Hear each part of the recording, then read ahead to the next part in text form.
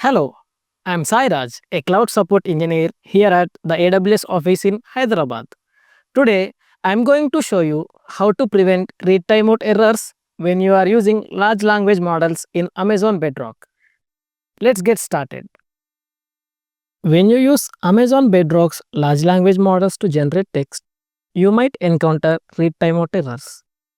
These errors occur when the Python Boto3 client queries the large language model but doesn't receive a response within Botocore's default read timeout period.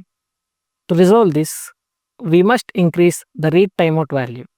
To do this, increase the value of the read timeout parameter in this command. In this example, we are setting the read timeout to 1000 seconds, which is a sufficient amount of time for most large model queries to complete.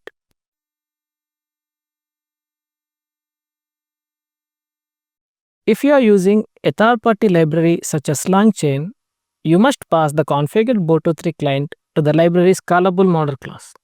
Here is an example command that you can run.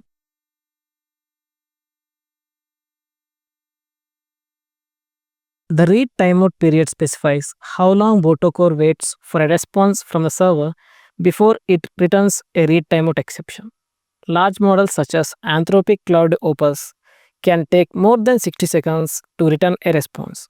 So it's a best practice to set the timeout to at least 1000 seconds and then continue to adjust the time until you no longer experience timeouts.